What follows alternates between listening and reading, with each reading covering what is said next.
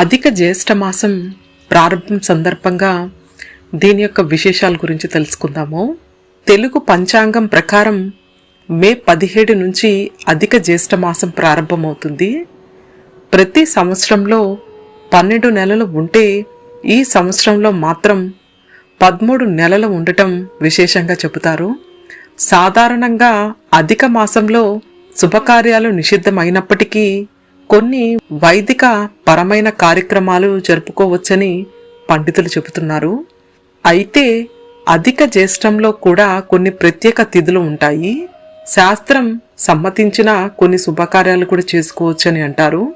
ఏ పనులు చేయొచ్చు, ఏం చేయకూడదనే విషయాల గురించి తెలుసుకుందాము.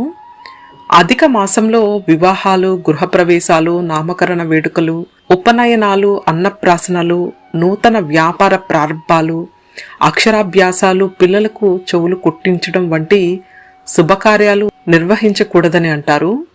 శ్రీమంతం వేడుకలు, సత్యనారాయణ స్వామి వ్రతాలు మాత్రం చేసుకోవచ్చని అంటారు. ముఖ్యంగా ఈ అధిక జ్యేష్ఠ మాసంలో శ్రీ మహావిష్ణు ఆరాధనకు ఎంతో ప్రాముఖ్యత ఉంది.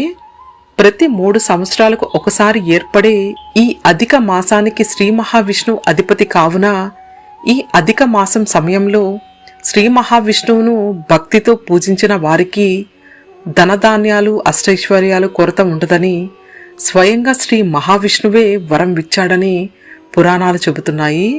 అలాగే ఈ మాసంలో చేసే జపతపాదులకు, పితృకార్యాలకు, దాన ధర్మాలకు అధిక ఫలం ఉంటుందని శాస్త్రవచనం. కనుక ఈ జ్యేష్ఠ మాసంలో శాస్త్రం సూచించిన విధంగా పుణ్యతిథులు ఆచరిస్తూ శ్రీ మహావిష్ణువుని పూజించి అందరికీ సకల సౌభాగ్యాలు కలగాలని కోరుకుందాము. ఓం నమో నారాయణాయ. ఓం నమో భగవతే వాసుదేవాయ. గోవింద హరి గోవింద.